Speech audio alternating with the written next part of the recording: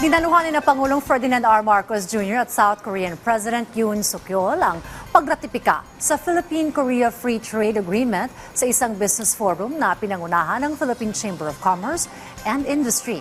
Si Joshua Garcia sa report. Rise and shine, Joshua. Mas tumibay pa ang diplomatikong relasyon ng Pilipinas sa bansang South Korea, partikular sa ugnayan nito sa pagdinegosyo.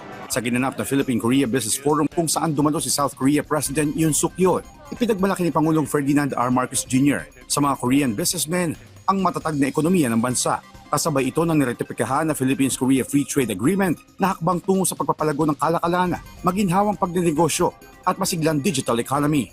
The recently ratified Philippines-Korea Free Trade Agreement elevates our relations by reducing or eliminating tariffs on key products such as agricultural goods, electronics, and automotive components.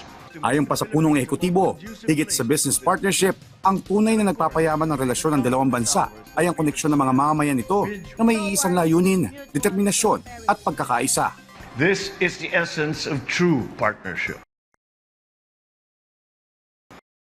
The ability to support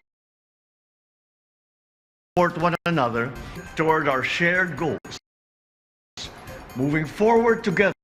Of Korean Industries, kinilala rin ni Pangulong Marcos Jr. ang Philippine Chamber of Commerce and Industry o PCCI, Department of Trade and Industry, Department of Agriculture, at iba pang ahensya ng pamahalaan at pribadong sektor sa mahalagang papel na ginagampanan nito sa kooperasyon na magpapaunlad sa ekonomiya ng bawat bansa.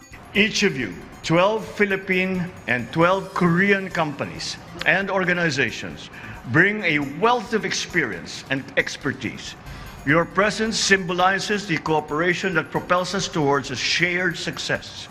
Together, let history record that this was the moment when our two nations embarked upon a journey of unprecedented growth and prosperity.